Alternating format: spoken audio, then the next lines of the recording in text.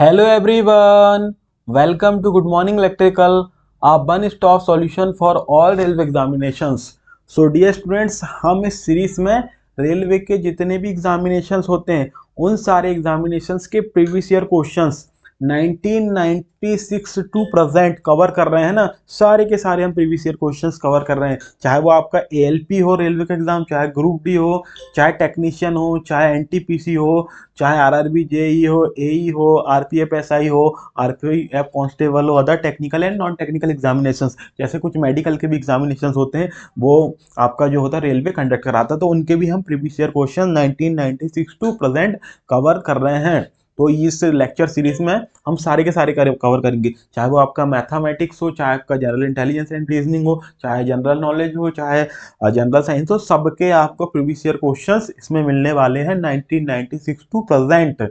और sorry for inconvenience, हमारा जो प्रीवियस जो लाइव सेशन था उस सेशन में थोड़ा सा टेक्निकल इशू आ गया था, है ना।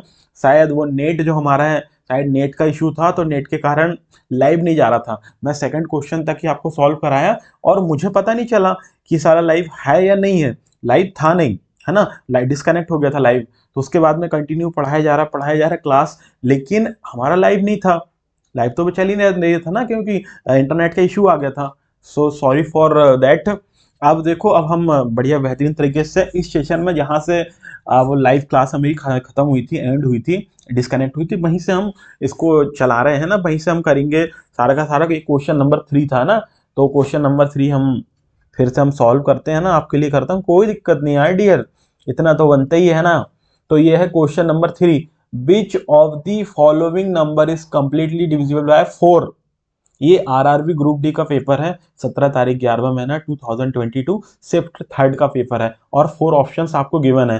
तो इसमें सिंपल सा पूछ रहा है क्वेश्चंस में आपको कि ये जो 4 ऑप्शन है, चारों ऑप्शंस में से कौन सा ऐसा नंबर है, जैसे 4 नंबर दिए ना, ये 4, ये देखो, ये नंबर दिया है, ये नंबर दिया है, ये नंबर, तो ये 4 नंबर में से कौन सा एक नंबर है जो 4 से कंप्लीटली डिविजिबल है ना। तो सिंपल सी बात है यार, यदि 4 से कंप्लीटली डिविजिबल है तो इस क्वेश्चन को सॉल्व करने से पहले आपको 4 का डिविजिबिलिटी का रूल पता होना चाहिए, तभी आप इस क्वेश्चन को सॉल्व कर सकते हो, है ना, अच्छे से। तो 4 का डिविजिबिलिटी का रूल क्या होता है? 4 का डिविजिबिलिटी का रूल बोलता है, कोई भी नंबर यदि 4 से डिविजिबल है तो उस नंबर के लास्ट 2 डिजिट होने चाहिए 4 से डिविजिबल। तो अब देखो, अब यहाँ पे सिंपल सी बात आपको बताता हूँ। जैसे हम ये ऑप्शन ए ले लेते हैं, तो इसका लास्ट डिजिट क्या है? 76। 76 इसका लास्ट डिजिट है। तो यदि ये 76 4 से डिविजिबल, और देखो completely divisible, completely divisible, successfully divisible, इसका मतलब क्या होता है कि जब हम उस नंबर को डिवाइड करें 4 से, जैसे ये 76 है इस नंबर का लास्ट डिजिट, तो रिमाइंडर 0 बचना चाहिए, है ना। जब इसको 4 से हम डिवाइड करेंगे तो तभी इसको बोलेंगे कि कंप्लीटली डिविजिबल है ना, यही रूल होता है। तो अब देखो, अब क्या है, 4 1 जा 4, रिमेनिंग क्या बचा आपका? रिमेनिंग बचा आपका 3। 4 9 जा 36, है ना, 4 9 जा 36। तो इस तरीके से कंप्लीटली डिविजिबल है, इसमें कुछ रिमाइंडर बच रहा नहीं, 0। तो हमारा ऑप्शन ए करेक्ट आंसर है ना। चलो एक बार और बोल देता हूँ, क्योंकि आपको याद हो जाए इसलिए बार बार बोलता हूँ, कोई दिक्कत थोड़ी ना। देखो क्या है कि यदि कोई भी नंबर आपका 4 से डिविजिबल है तो उस नंबर के लास्ट डिजिट जो होते हैं ना, उस नंबर के जो लास्ट डिजिट है ना, वो 4 से कंप्लीटली डिविजिबल होना चाहिए। इट मीन दैट कि रिमाइंडर 0 रहना चाहिए जब आप 4 से डिवाइड करो। तो देखो, अब तो ऑप्शन ही करेक्ट है। जब आप ऑप्शन बी में जाओगे तो 66, जब इसको आप 4 से डिवाइड करोगे तो कंप्लीटली डिविजिबल नहीं होगा। ऐसे सी ऑप्शन भी नहीं होगा, डी ऑप्शन भी नहीं होगा, आप करके देख लीजिए, है ना। इस तरीके से तो ऑप्शन ए आपका हो गया करेक्ट आंसर। तो ऐसे क्वेश्चन पूछे जाते हैं, तो इसके लिए आपको डिविजिबिलिटी का रूल पता होना चाहिए। मैं जो प्रीवियस क्लास है उसमें आपको सारी की सारी डिविजिबिलिटी का रूल बताया था, और एक स्पेशल क्लास बना दूंगा अलग से, तो जिसमें कि आपको 1 का, 2 का, 3 का, 4 का, 5 का, 6 का, 7 का, 8 का, 9 का, 10 का, 11 का, 12 का, 13 का, 14 का, 15 का, 16 का, 17 का, 18 का, 19 का, 20 का। और उसको ऐसा नहीं कि आपको रटने के लिए बोलूंगा, रटने के लिए नहीं बोलूंगा डियर, सिंपल सिंपल तरीके से, जैसे कि मैंने आपको बताया कि अब देखो मैं आपको खाली 9 तक के डिविजिबिलिटी के रूल बता दूंगा, और उन्हीं से आप कैसे अदर जो नंबर है, बड़े बड़े नंबर, उनका डिविजिबिलिटी का रूल बना सकते हो, वो भी मैं आपको बताऊंगा। और पूरी सिंपल टेक्निक्स, शॉर्टकट ट्रिक्स। ये देखो, पहले तो आपको मैं कन्वेंशनल चीजें बताऊंगा कि क्या होती है, फिर कन्वेंशनल चीजें बताने के बाद शॉर्टकट ट्रिक्स टिप्स भी बताऊंगा, और पूरा पढ़ा के बताऊंगा, समझा के बताऊंगा, याद करने की कुछ जरूरत नहीं रहेगी, ऐसा बताऊंगा, है ना। चलो अब नेक्स्ट क्वेश्चन हम स्टार्ट करते हैं। तो हमारा नेक्स्ट क्वेश्चन क्या बोलता है ना, उसकी भी तो सुने यार। ये हमारा क्वेश्चन नंबर 4। अब क्वेश्चन नंबर 4 क्या बोलता है? क्वेश्चन नंबर 4 बोलता है कि इट इज नॉट वर्किंग। चलो रेड कलर देखते हैं ट्राई करके। Question number 4, which of the following number is divisible by 6? RRB group D 1 तारीख 9वां महीना 2022 शिफ्ट फर्स्ट का ये आपका पेपर है, जिसमें कि 4 ऑप्शंस आपको गिवन है ना। तो ये आपसे सिंपल सा बोल रहा है कि ये जो है ना, ये जितने भी आपको नंबर गिवन है, ये इसमें से कौन सा नंबर है जो 6 से फुल्ली डिविजिबल है। अब देखो 6 की डिविजिबिलिटी का रूल आपको आना चाहिए अब, और 6 की डिविजिबिलिटी का रूल बोलता है कि यदि कोई नंबर 6 से डिविजिबल है, तो देखो क्या होता है, 6 क्या होता है, 6 को हम कैसे लिखते हैं, 2 इंटू 3, ये होता है आपका 6। तो ये नंबर आपका 2 से डिविजिबल होना चाहिए और 3 से, दोनों से, तब वो 6 से डिविजिबल होएगा, है ना। मैं आपको सिंपल सी बात बता रहा हूं, है ना। मैं ऐसा रटवा नहीं रहा हूं आपको ये वो, नहीं। आपको इसमें आप क्या काम कर सकते हो, सिंपल सा 2 की डिविजिबिलिटी का रूल आपको पता है, 3 की डिविजिबिलिटी का रूल आपको पता है, तो उसको लगा दो, क्यों भाई फालतू में उल्टा सीधा ज्यादा रट रहे हो, है ना। तो 2 की डिविजिबिलिटी का रूल बोलता है कि यदि कोई भी नंबर आपका, कोई भी नंबर है उसका यूनिट प्लेस, यूनिट डिजिट 2 से डिविजिबल है, तो वो इंटायर नंबर 2 से डिविजिबल होगा। तो देखो, अब यहां पर देखो, ये जो ऑप्शन ए है वो तो 2 से डिविजिबल है, ओके, उसका लास्ट डिजिट 2 से डिविजिबल है ना। अब देखो बी, ये आपका ऑप्शन बी यहीं से कैंसल आउट हो गया। ऑप्शन सी ये भी सही है, ऑप्शन डी भी सही है। अब देखो, अब अपन को चेक करना है, अब अपने पास 3 ऑप्शन है, 3 ऑप्शन में से चेक करना है आपको कि कौन सा ऐसा नंबर है जो 3 से डिविजिबल है।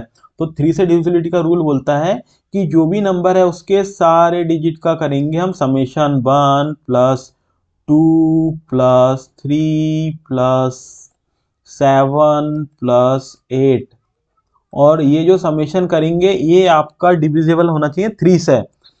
तो सिंपल सी बात क्या हो गया, ये 7 और 3 हो गया आपका 10, और ये आपका, ये हो गया आपका 10, आपका हो गया, देखो इसको टोटल ऐड किए तो ये हो गया 21, 3 7 जा 21, यस डिविजिबल है, कंप्लीटली डिविजिबल है। तो आपका ऑप्शन ये हो गया सही आंसर, है ना। तो आपका 6 का डिविजिबिलिटी का रूल सिंपल सा है कि यदि कोई भी नंबर 6 से डिविजिबल है, तो उस नंबर का लास्ट डिजिट जो यूनिट प्लेस बोलते हैं वो 2 से डिविजिबल होना चाहिए, और वो जो भी नंबर है उस नंबर के सारे डिजिट का हम सम निकालेंगे, वो 3 से डिविजिबल होना चाहिए। तो वो नंबर आपका 6 से डिविजिबल होगा, है ना। कोई नंबर यदि 6 से डिविजिबल है तो वो नंबर 2 से भी डिविजिबल होना चाहिए और 3 से भी डिविजिबल होना चाहिए, है ना। तो इस तरीके से आई होप कि आपको समझ में आया होगा। चलो एक बार और बोलता हूँ, याद हो जाएगा ना, बार बार सुनोगे तो। यदि कोई भी नंबर आपका 6 से डिविजिबल है, तो वो नंबर 2 से भी डिविजिबल होना चाहिए और 3 से भी डिविजिबल होना चाहिए। तो 2 से डिविजिबिलिटी का रूल बोलता है कि वो जो भी नंबर है उस नंबर का जो यूनिट प्लेस है या जो लास्ट डिजिट है वो आपका 2 से डिविजिबल होना चाहिए, तो पूरा इंटायर नंबर आपका 2 से डिविजिबल होएगा। और यदि वो नंबर के सारे डिजिट का आप सम निकालोगे, उसका समेशन करोगे, तो वो आपका 3 से डिविजिबल होना चाहिए। और यदि ये दोनों कंडीशन सेटिस्फाइड हो रही है, तो वो इंटायर नंबर आपका 6 से डिविजिबल है। आई होप कि आपको समझ में आया होगा। अब विदाउट एनी डिले स्टार्ट करते हैं हमारा नेक्स्ट क्वेश्चन, क्वेश्चन नंबर 4। चलो उसका भी सुन ले क्या बोलता है। क्वेश्चन नंबर 4, तो फोर्थ हमने ऑलरेडी कर चुके हैं। क्वेश्चन नंबर 5 की सुनना है ना। क्वेश्चन नंबर 5 बोल रहा है for the number 987x54 select the missing digit x in the given options so that the number is completely divisible by 6। तो यहाँ पे फिर 6 का डिविजिबिलिटी का रूल मैंने आपको पहले ही बता दिया हूं, अभी भी बताऊंगा, क्योंकि बार बार हम यदि रिपीट करेंगे तो याद हो जाएगा। तो चलो, पहली बात, ये जो नंबर है, क्या ये नंबर आपका 2 से डिविजिबल है? हाँ, क्योंकि इस नंबर का जो यूनिट प्लेस है 4 है, और 4 जो है 2 से डिविजिबल है। हाँ, तो फर्स्ट कंडीशन तो सेटिस्फाइड हो गई। अब सेकंड कंडीशन आपकी बोलती है इसके जितने भी डिजिट्स हैं उनका सम करो, वो 3 से डिविजिबल होना चाहिए। 9 plus 8 plus 7 plus x plus 5 plus 4, ये पूरा कंप्लीटली डिविजिबल होना चाहिए 3 से, है ना। तो देखो एक बार चेक कर लेते हैं। 9, 8, 7 x 5 4, हाँ तो ठीक है। तो देखो सिंपल सा ये हो गया, 5 और 4 हो गया 9, और प्लस ये 9 हो गया आपका 18, है ना, हो गया ना। ये हो गया आपका 9 और 9 18 हो गया। 18 प्लस ये 7, ये हो गया 25। 25 प्लस 8 हो गया कितना, कितना हो जाएगा 33। ये आपका जब हम लोग किए आइडिया, ये 33 हो गया ना। 33 प्लस एक्स, 33 प्लस एक्स। अब देखो x की वैल्यू यदि मैं 1 रखता हूं तो 34 होता है, और 34 कंप्लीटली डिविजिबल नहीं होगा 3 से। फिर मैं 2 रखता हूं तो 35 भी आपका 3 से कंप्लीटली डिविजिबल नहीं होगा। तो मैं यहां रखता हूं इसकी वैल्यू 3, x की वैल्यू मैंने रखा 3, तो 3 रखूंगा तो ये कंप्लीटली डिविजिबल होगा क्या? नहीं, है ना, कंप्लीटली डिविजिबल होगा। क्या होगा? ये हो जाएगा 36, और 36 क्या होगा, 3 1 जा 3 2 जा, है ना, ये 12। तो आपका ऑप्शन एक्स की वैल्यू क्या होगी? एक्स की वैल्यू होगी आपकी 3। आई होप कि ये क्वेश्चन आपको समझ में आया होगा, है ना। बहुत ही सिंपल क्वेश्चन है। तो यार डिविजिबिलिटी के रूल आपको पता होना चाहिए, क्योंकि डिविजिबिलिटी के रूल्स पे बेस्ड क्वेश्चंस पूछे जाते हैं, तो आपको आना चाहिए। एक तो ये डिविजिबिलिटी का रूल के बेस पे क्वेश्चंस पूछे ही पूछे जाते हैं, और एक यूनिट प्लेस। कोई भी नंबर आपको दे देगा, बोलेगा कि बताओ इसका यूनिट प्लेस क्या है। तो जैसे कि कोई भी नंबर दे दिया आपको 26 to the power 7 8 9 6 5 4, अब बोलेगा कि भाई इसका यूनिट डिजिट बताओ इस नंबर का। या फिर बहुत सारा आपको मल्टीप्लिकेशन दे देगा और बोलेगा कि इसका यूनिट डिजिट बताओ, कुछ भी ऐसा डिफिकल्ट सा। तो ऐसा डिफिकल्ट होता नहीं, वो तो सिंपल होता है। आपको थोड़ी छोटी छोटी चीजें पता होनी चाहिए। अब जैसे यहाँ पे आपको 6 की डिविजिबिलिटी का रूल पता नहीं होगा तो आप इसको सॉल्व कर ही नहीं पाओगे, है ना। तो इस तरीके से छोटी छोटी चीजें सीखेंगे, बेहतरीन तरीके से सीखेंगे, और इस बार अच्छी रैंक लाएंगे वही एग्जाम में। सब यार अच्छे से मेहनत करो, दिल लगा के मेहनत करो, जोर से मेहनत करो, क्योंकि इस बार हमें, क्योंकि जितनी भी अपॉर्चुनिटी इस बार आई है, देख रहे हो ना आप, 2025 तो यार ऐसा गोल्डन, एकदम बिल्कुल गोल्डन अपॉर्चुनिटी है आपके लिए। चाहे मैं रेलवे की बात करूं, चाहे मैं एसएससी की बात करूं, चाहे मैं आपके स्टेट लेवल के जितने भी एग्जामिनेशंस होते हैं उनकी बात करूं, तो बहुत सारे, चाहे बैंक की, तो हर जगह इतने एग्जामिनेशंस के आप फॉर्म फिल कर सकते हो ना।